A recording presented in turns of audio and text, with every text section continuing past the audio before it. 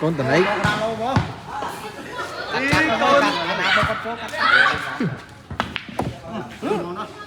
mình xuống con thoáng rồi chặt vào Mó sợi lô lên.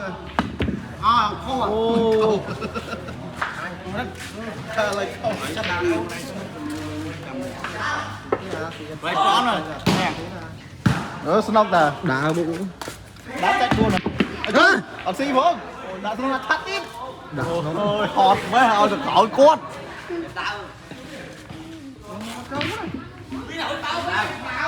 Snok luôn đi. Đó, tôi không đây hả?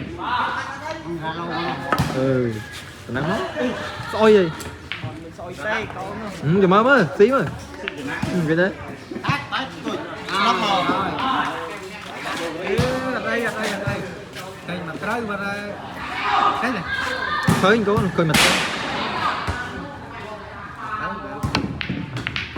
ô tay nó cho muốn nó Hô bông hô áp đi. đá lâu có mà cho ấy tới Ô nô, công ty đá lâu rồi. tè hay bùn bằng lâu rồi Một bằng. bằng lần chưa Bằng rồi nó. Nó sẽ biết thấy á. bay nó lơ nó Hay nữa. ừ hơi lo nè tao đi bay tới Cảnh chân.